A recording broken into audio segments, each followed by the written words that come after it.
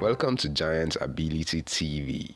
Unite for the public safety if you would remain an independent nation. Napoleon I.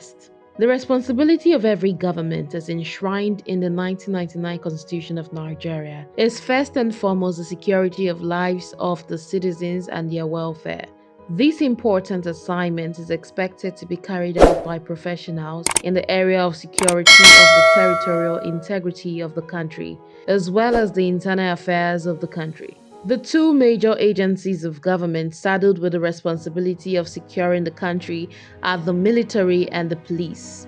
The military comprises of the Nigerian Army, Nigerian Navy, and Nigerian Air Force. The Nigerian Army is the land force of the Nigerian Armed Forces. As far as the security matters are concerned within the Nigerian space, the police is the lead agency that is expected to be civil in its operations, most especially because it relates directly with the citizens, and it is therefore trained to be civil in its methods and forms of engagement. The Nigerian Armed Forces, especially the Army, is reputed to be one of the finest in Africa and is also well respected among the Committee of Nations, especially because of its feats achieved during international engagement. The Nigerian Army, being the land force of the Nigerian Armed Forces, has a history of excellence and great accomplishments, especially in international engagements. Tracing its history to British colonial forces in West Africa, it is the largest component of the armed forces. The President of Nigeria is the Commander-in-Chief of the Nigerian Armed Forces, and its professional head is the Chief of Defense Staff, who is the highest-ranking military officer of the Nigerian Armed Forces, while the Chief of Army Staff is the highest-ranking officer of the Nigerian Army. The Nigerian Army is operationally and geographically divided into 10 divisions, the basic field formation. The Army has been involved in operations throughout the country, most especially during the Nigerian Civil War, and has undertaken major operations abroad. Nigerian Army officers have served as chiefs of defense in other countries, with Brigadier General Maxwell Kobe serving as Sierra Leone Chief of Staff in 1998 to 1999, and the Nigerian officers acting as Command Officer in charge of the Armed Forces of Liberia from at least 2007. Nigeria claimed to have contributed more than 20,000 troops and police officers to various UN missions since 1960. The Nigerian police force and troops have served in places like UNIPOM, UN India-Pakistan Observer Mission, 1965, UNIFIL in Lebanon, 1978, the UN Observer Mission, UNIMOG, supervising the Iran-Iraq ceasefire in 1988, former Yugoslavia, 1998, East Timor, 1999, and in the Democratic Republic of Congo, MONUC, 2004. In October 2004, Nigerian troops were deployed into Darfur, Sudan to spearhead an African Union force to protect civilians there. In January 2013, Nigeria began to deploy troops to Mali as part of the African-led international support mission to Mali. The resounding victories and exploits that the Nigerian Army had made possible outside the country through its various operations in the past must have been responsible for the charge given to the military by one of its own, a retired general by name Theophilus Yakubu Danjuma, who was speaking in one of the public engagements where he said, "Number one problem today is security. We must end the banditry and the killings that are going on in our country as soon as possible. The responsibilities are on your shoulders, those of you who are still serving. No excuses, absolutely no excuses." End of quote. Our number one problem today is security. We must end the banditry and the killings that are going on in our country as soon as possible. The responsibility are on your shoulders. Those of you who are still serving. No excuses. Act absolutely no excuses. The instruction contained in the message of the elder statesman Theophilus Yakubu Danjuma, who himself was the Chief of Army Staff from July 1975 to October 1978 and the Minister of Defense under President Olusegun Obasanjo's administration to the Nigerian Army was quite revealing, especially when viewed in the context of why the problem of insurgency, which started in Nigeria when Boko Haram and Islamic sectarian movement carried out assassinations and large-scale acts of violence in the country in 2009 and has continued growing in size and impact till date, and giving rise to banditry in the form of kidnapping of Nigerians for ransom. Recall also that there are so many sides to why the problem of insurgency, which began with Boko Haram and has metamorphosed into banditry, seems intractable in spite of all the efforts of the Nigerian military towards the eradication of the problem. It was late General Sani Abacha who once said that if there is the problem of insurgency in the country that lasts more than 24 hours, then the truth is that there is the hand of the government of the country in it. This therefore alludes to why in many quarters it is believed that there are people of timber and caliber both within and outside the administration of former President Muhammadu Buhari and that of the present administration of Bola Ahmed Tinubu, who are the sponsors and the masterminds of what we have today in Nigeria as insurgency and banditry. Insecurity in Nigeria is believed to be a lucrative business, and that is why ending it, despite the number of lives of innocent citizens that has been claimed, is not in view. There is no gainsaying these facts, especially when the counter-argument between the incumbent governor of Zamfara State, His Excellency Dauda Lawal, and his predecessor, who is now the Minister of State for Defense, His Excellency Dr. Bello Muhammad Matawalle, and who is complicit in matters of aiding and abetting insurgency in Zamfara State, are brought to the front burner. The Africa report stated that Governor Dauda Lawal says his predecessor and current Defense Minister Bello Matawalle is a bandit sponsor and is undermining efforts to find a solution to the insecurity crisis. This is just one of the revelations on why banditry and insurgency have become a nightmare and why, if things are allowed to go on the way they have always been, seeing the end of them will remain a mirage. Another pointer to why the war against insecurity and banditry in Nigeria fits in for description as chasing the shadow or a chase of the wild goose is the seemingly lack of political will on the part of the government to do the needful in the areas of boosting the morale of the military personnel who are the fighters against the terrorists and the bandits. It is worthy of note also that the circumstances surrounding the sudden and tragic death of the former charismatic Chief of Army Staff General Ibrahim Attahiru, who died in a plane crash, which still remain a mystery to be unraveled till date, allude to the alleged involvement of the government in enhancing the problem of insecurity in Nigeria. The revelation from a former general officer commanding GOC Danjuma Ali Kefi in his interview with Premium Times about the circumstances surrounding the death of the late Chief of Army Staff Ibrahim Attahiru is very instructive. A former general officer commanding GOC 1 Mechanized Division of the Nigerian Army, Danjuma Ali Kefi, has asked President Bola Tinubu to investigate the death of the former Chief of Army Staff Ibrahim Attahiru in a plane crash, which is linked to terror financiers in the country. He also petitioned the president over his illegal arrest, detention, and compulsory retirement from service for allegedly exposing how top officials were involved in terror financing during the administration of former President Muhammadu Buhari. Mr. Ali Kefi, initially scheduled to receive the late Army Chief as GOC before the plane crash, pointed to significant deviations in the plans for Mr. Attahiru's trip. These included an unexpected change in travel time, a switch in aircraft, a shift in the landing airport from a military airstrip to the Kaduna International Airport, the landing occurring in turbulent and stormy weather, and a proceeding ear-shattering explosion before the crash.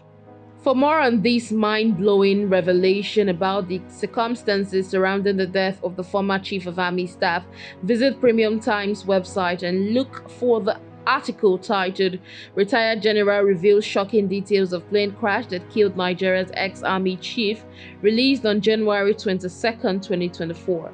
Going forward, the observation is that the current Chief of Defense Staff, General Christopher Musa, who also is from Kaduna State, where the late former Chief of Army Staff was from, is as charismatic as the former Chief of Army Staff, as well as passionate about getting rid of insurgents and bandits, who are the troublers on Nigeria. However, the question remains as why he is the one seen playing the role of the Chief of Army Staff, General Taoreed Lagbaja, and not playing the role of the former Chief of Defense Staff. During the administration of former President Buhari, General Lucky Irabor retired. As things are currently, with the clout of General Christopher Musa and his burning passion about an insurgency and banditry-free Nigeria, except he is also complicit and a good player in the game of the enhancement of insecurity, he might be the next target, as the case was with the former Chief of Army Staff, Ibrahim Attahiru. However, let this wise saying suffice, and in respect of the Chief of Defense Staff, General Christopher Musa, that surely in vain the net is spread in the sight of any bird. Proverbs 1 verse 17. Every professional and prospective warrior knows that it is dangerous to fight a war from two fronts. The reality is that as the Nigerian Army is fighting against insurgency and banditry from one front, there is another war being fought against it from the government, who believes that not keeping the army busy is a risk. Going by the history of military coup against civilian administrations in Nigeria. This is why the situation with the Nigerian armed forces in relation to the war against insurgency and banditry fits in for description as double jeopardy. It is the belief of the democratic government, especially in Nigeria, that not keeping the members of the armed forces busy makes them idle, and as the saying goes, an idle mind is the devil's workshop. To avoid having the military throw a spanner in the works of the civilian administration, it becomes necessary to keep them busy, hence the enhancement of insurgency and banditry that have for a long time pervaded the Nigerian space, and of which a solution or ending time is not in view. We are admonished by a Russian proverb that suggests that we should fear the goat from the front, the horse from the rear, and the man from all sides. It is now evidently clear that the retired General Theophilus Yakubu Danjuma, who charged the Nigerian military to end the problem of insurgency and banditry as soon as possible and no excuses are tenable, was actually speaking from the position of knowledge and understanding. Truly, there should be no excuses to ending the problem of insecurity in Nigeria had the military not been fighting the war against the insurgents and the bandits from two fronts. There is a conversation that has been going on about the pitiable service condition of the military personnel for some time now, and one of them was championed by the News Central in an interview with Dr. Roy Okidiri. Unfortunately, this conversation reached its climax on a sad note, where a pronouncement that they may not be the Army Celebration Day in 2025 because of the lack of motivation on the part of the Army, who have nothing to celebrate about, was made. The interview granted to the News Central and recorded from its YouTube channel in relation to the reasons why the soldiers resign in their numbers and what becomes of them after they leave, as well as probable solutions to mitigate the sufferings of both the serving and the non-serving personnel, intended to assuage their feelings, is quite revealing and educative. One of the things that destroys our interest in the Nigerian military to continue to serve is the exit plans that is obvious to everyone. You know, the moment you are leaving the service, there is no other thing for you. And the soldiers are the most loyal in the war, because you can never see the highest of statistics of military veterans that are involved in criminal activities in Nigeria, banditry and all of that. If you take note, it is very minimal. And if you look at the officer cadre, they leave also, but you cannot see that statistics. And one of the areas where they leave to is when a junior officer is promoted to be the chief of army staff and all his superiors are retired unceremoniously. And these things destroys the morale of the troops. How does Nigeria's military resignation rate compare to international standards, and what are some of the shifts that we need to make? Yes, there is always a transition plan. We are not asking for anything. There are transition plans like the SDA, Security Department Allowance. It's an allowance that is supposed to be paid to you in bulk, that you are supposed to go into other economic activities that you want to do for yourself and your family. But as I speak to you, they have trickled it into 3 years. And sometimes they pay you every quarter, they'll pay you like 20,000 naira or something. And that's an economic plan for you.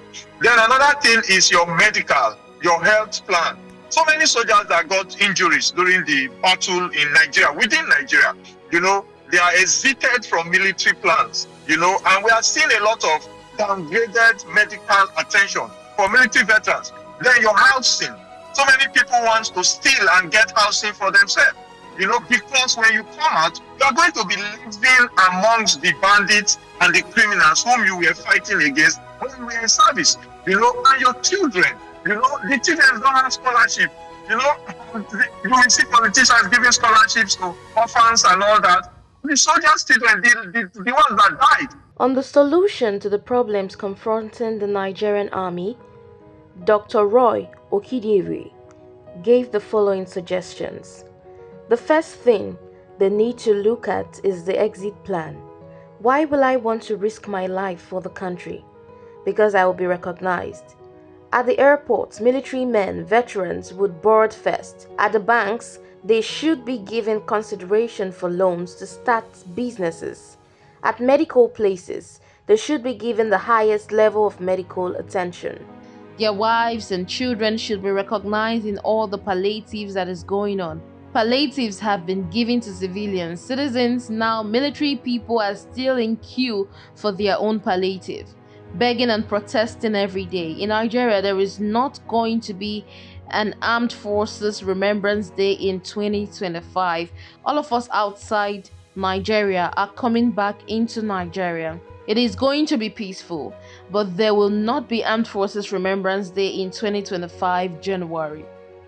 Furthermore, in what seemed like a positive response to the charge given by the elder statesman, General TY Danjuma, retired, to the Nigerian military on ending insurgency and banditry in Nigeria as soon as possible, the Chief of Defense Staff, General Christopher Musa, on Arise TV Prime Time, bared his mind on what the hinders to their efforts towards ending the menace of insurgency and banditry are in Nigeria, but also gave assurances that all hope is not lost for the country. On the factors that contributed to the successes recorded in the Northeast, the Chief of Defense Staff says, "This is the support we're getting from the federal government, from the state government, from the local government, and from Nigerians in general. We've said it over and over that we cannot do this alone without the support of the citizens, and that's very critical. And that's what we're getting. We're bringing out the experiences we have in the Northeast, where we have succeeded so much, to the wider front, to North Central and Northwest. The operations are holistic. Fighting insurgency is all of society's approach. Everybody has a role to play, and I'm glad that the citizens have understood that and are giving us the needed support, because we cannot be everywhere. We need the support of market women, motor park management, the local authority. We need the ulamas, religious leaders. Everyone has a role to say. We always appeal when you see something, report as quickly as possible, and we're there to take action. And I think that also has given us the successes we're achieving. We are not where we want to be, but we're heading there. And I can guarantee you, within the shortest possible time, we will achieve success, full success. On the question raised on the limitations and challenges the Nigerian Army have faced in tackling insurgency and banditry in the country. It started as terrorism in the Northeast and spread out into banditry and other acts of criminality. Now, what people don't understand is we are dealing with a massive landmass. The whole of Northwest is over 200 and something thousand square kilometers. It is no joke. It's bigger than most countries that you can think of. So providing security all around is not something you can do overnight. And so It naturally will have taken us so much time to do that. But what we're saying now is that we have holistically looked at the whole situation. And because it's a fluid operation, they keep changing. And what is required that we equally have to change our operations in tune with what they are doing. And that's exactly what we have done. And now that we're having the buy-in of Nigerians, it has made it a lot easier for us. And that's, again, the federal government is doing its best to ensure that it provides the much-needed equipment. Fighting insurgency, we need a lot of technology. Because that is what will make us cover those gaps that we cannot have boots on ground. And we're getting them in gradually, and that is giving us the success that we're seeing now. On criticisms raised by figures like retired General Theophilus Danjuma and the governor of Zamfara State. We know that the armed forces of Nigeria is highly professional. We will never give excuses. We are only telling you the realities on ground. It's not an excuse that the whole network is 200 and something thousand square kilometers. It is massive. You need a lot to be able to address those issues. And then the worst part of it is that people need to understand fighting insurgency is not like conventional warfare. Conventional warfare, you know the enemy. Insurgency, you don't. That person that you think is innocent and doesn't have anything is the person that really want to kill you, is the one doing these things. Now, we know that they are in Nigeria. Where in Nigeria is another thing. Most times, because of the vast nature of the area, once people see them at a particular area, before the information is relayed to us, sometimes it takes 4 or 5 hours, sometimes 24 hours. These guys are mobile. And because most of that area that you see is covered by forest, so by the time they go under the forest, even your surveillance drones cannot see them. So it takes a lot. And because they don't remain at a particular lane, they are always moving. That's where we are seeking for the support of the individual, because people see them. And as soon as they see them, once they report that, we will be able to take action immediately. Now, don't forget, fighting asymmetric warfare, military role is just about 20-25% of the solution. 75 to 80% of the solution is with good governance, because preventive measures are better than you being reactive. What we are doing now is reacting to it because it has already been there. Again, we have social issues on the country. There's a lot of hunger, a lot of unemployment, a lot of illiteracy that is on. So it's easier. I can bet you in every week we take over thousands of them, but they still keep coming. Why? Because we have so many of them. We will have to look at population explosion. There are a lot of people that have nothing doing. And these guys could easily entice them, give them peanuts, and then they will be able to join them. And so that's why I said it's a holistic thing that we need to do. Now, I tell you, a lot of these locations where you have improvised explosive devices, these are the major challenges we're having now in the fight against insurgency. If your men step on any of these mines, the vehicle in it is destroyed, all the occupants are dead. Now, how do you stop that? If we have good roads. If you have good roads, you don't have to worry about that. Your troops can really react as quickly as possible. Reinforcement is easier. Logistics could be moved quite easily. So you see, it makes it a lot easier. Now, what you do is that if you see a situation where you have terrorists maybe operating 10 kilometers away, because of these IEDs, you dare not speed up to go there. If you do that and you step on any minefield, you are gone. We do not have those modern IED, counter-IED equipment that could detect, probably using drones across. So what do we have to do? We have to go on foot and cover every inch of the ground. So you can imagine trekking, scanning every inch of the ground for 10 kilometers. How many hours will that take you to? But men, the troops are doing the best they can. And I can guarantee you we are committed. We'll continue to do what we're doing. And with the support of every Nigerian, it's important. And that's why I need to call on Nigerians. I've had a number of times people insulting members of the armed forces or the security forces. I think nobody will be happy with that. We are humans. We deal with the morale of the mind. If you are protecting individuals and you get those insults, it discourages you from wanting to do more. And that's why it's important for people to know that these guys have families. They're equally Nigerian. They will have been in their homes, at home, sitting down with their families. Some have not seen their families for months.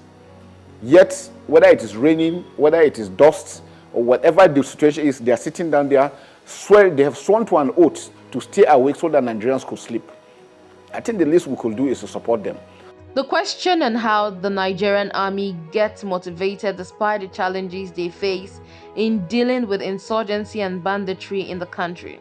Yeah, I think the best morale in the military is training, adequate training, prepare them provide for them the weapons they require to do, make sure that they get their salaries as at when due, make sure that they're well fed, and all this are doing. That's why you have not had any reason of anybody complaining about structure of salary not being paid, or that he's not being fed, he's not being provided those basic things. We do not have all we need, but all we have for now, we are using them. And while we're praying for more to come, we'll continue to do what we need to do. So for us, the welfare and well-being of our troops is most important.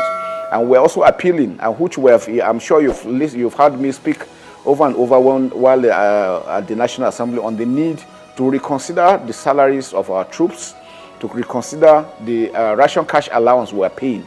I've mentioned it. It is something that I know the country is going through. It's not only the military that is facing this challenge, but I know Mr. President has listened, and I'm sure he will take action.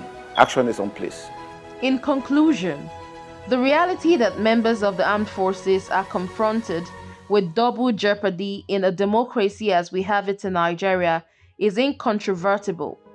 But the question of whether the fight against insecurity and banditry has a terminating date or the end of it in view awaits answers from all well-meaning Nigerians.